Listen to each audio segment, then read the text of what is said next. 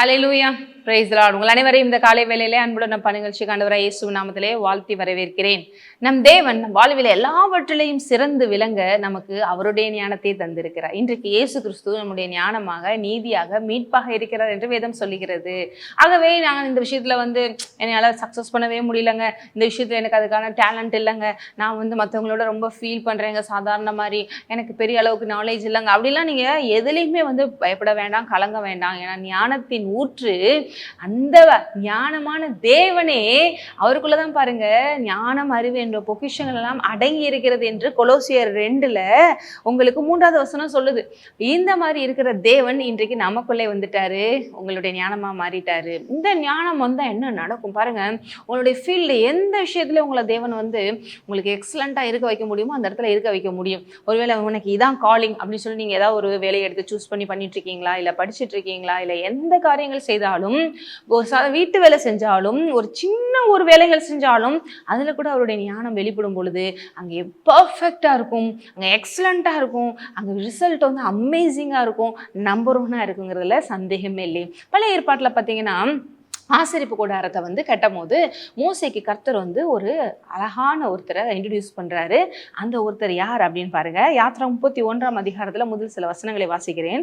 பின்னும் கர்த்தர் மோசேயை நோக்கி, நான் யூதாவின் கோத்திரத்தில் ஊருவினுடைய மகனான ஊரியின் குமாரன் பெசலேயலை பேர் சொல்லி அழைத்து வினோதமான வேலைகளை அவன் யோசித்து செய்கிறதற்கு. என்ன மாதிரி வேலைகள்?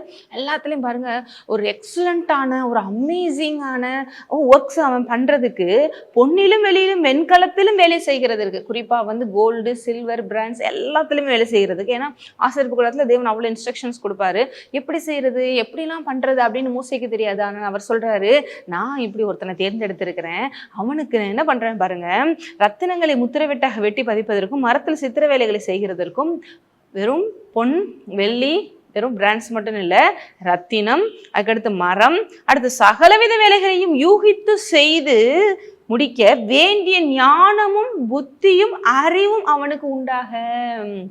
எப்படி போட்டிருக்கு பாருங்க, ஞானமும் புத்தி, அறிவு, இந்த 3ஐயுமே நம்ம தேவன் நமக்கு தர்றாரு. அவனை தேவ ஆவியினால் நிரப்பினேன். ஹல்லேலூயா. விஸ்டம், நாலேஜ், இது மாதிரி தேவன்கிட்ட இருந்து நமக்கு எல்லாமே கிடைக்குது பாருங்க. அப்ப நம்ம இது இல்லையேன்னு கவலைப்பட வேண்டிய அவசியம் இல்லை. ஒரு ஞானத்தில் குறைவுள்ளவனா இருந்தால் யாருக்கும் சம்பூர்ணமாய் கொடுக்கிறவரும் ஒருவரும் கடிந்து கொள்ளாத தேவனத்தில் கேட்க கடவன் அப்பொழுது அவனுக்கு பூர்ணமாய் கொடுக்கப்படும் என்று யாக்கோபு 1:5 பாக்குறோம் இல்லையா?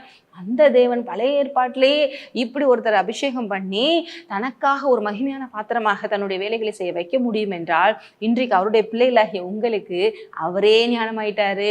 இன்றைக்கு ஏதோ ஒரு ஸ்பெஷலா சில விஷயங்களுக்கு மாத்திரம் இல்லை, அவருடைய ஞானமே உங்களுக்கு மொத்தமா கொடுக்கப்பட்டு விட்டது. நீங்க எதை செய்தாலும் அது வாய்க்கும்படி செய்யும், எதை செய்தாலும் அதுல நம்பர் 1 எக்ஸலண்டா உங்க ஃபீல்ட்ல நீங்க சக்சஸ்ஃபுல்லா எல்லாரும் பார்த்து வியக்கும் அளவுக்கு செய்ய முடியுங்கிறதுல எந்த சந்தேகமே இல்லை. அப்ப இன்றிலிருந்து உங்க வாழ்வில இதை நீங்க விசுவாசிங்க, இதை கன்ஃபர்ஸ் பண்ணுங்க. ஆண்டவரே பெசலேயலை அழைத்து எப்படி அவனை எக்ஸலண்டான வேலைகளை செய்யும்படி, அமேசிங்கான வேலைகளை செய்யும்படி அவனை பிளஸ் பண்ண அந்த ஆவியானவர் எனக்குள்ள இருக்கிறாரு. ஆகவே நானும் என்னுடைய படிப்புல, என்னுடைய தொழில்ல, என்னுடைய எந்த காரியமா இருந்தாலும், இன்கேஸ் நீங்க ஊழியம் பண்றவங்களா இருக்கீங்களா, உங்களோட ஊழியத்துல, பிள்ளைகளை வளர்க்கறதுல, குடும்பத்தை நடத்துறதுல, இல்ல உங்களுடைய எந்த விஷயமா இருந்தாலும் அதுல நீங்க சக்சஸ்ஃபுல்லா இருக்கும்படி தேவன் அவருடைய இந்த அருமையான ஞானத்தை, அறிவை, புத்தியை கொடுத்திருக்கிறாரு. என்னதான் ஏற்கனவே சொன்ன மாதிரி ஞானம், அறிவு என்ற பொக்கிஷங்கள் எல்லாம் அவருக்குள் இருக்கிறது என்று கொலோசியர் வசனத்தை பார்க்கிறோம். அந்த அவர் இன்றைக்கு நமக்குள்ள வந்துட்டதுனால இதெல்லாம் உங்களுடையதாய் மாறி இருக்கிறது. அப்ப இனிமேல் எதுக்கு கவலை? ஆமென். எந்த விஷயத்துல எனக்கு ஐடியா இல்லையங்க, அவங்க இப்படி பண்ணிடுறாங்க, இப்படி பண்ணிடுறாங்க, நான் என்ன பண்றதுன்னு நீங்க புலம்ப வேண்டாம். தேவனுக்குள்ள இருக்கிறாரு, அதை விசுவாசி செயல்படுங்க, நீங்க சக்சஸ் பண்ணுவது உறுதி. ஜெபிக்கலாம். நன்றி தகப்பனே, இந்த அருமையான நேரத்துல இந்த வார்த்தையின் மூலமாக அவங்களோடு பேசிட்டீங்க. இன்றிலிருந்து அவங்க வாழ்வில் அமேசிங்கான விஷயங்கள் ஆரம்பிக்கிறது, அற்புதமான காரியங்களை காண போறாங்க, சக்சஸ் எடுக்க போறாங்க. இயேசுவின் நாமத்தில் அப்படியே ஆசீர்வதிக்கிறேன். ஆமாம், நீங்கள் ஆசீர்வதிக்கப்பட்டவர்.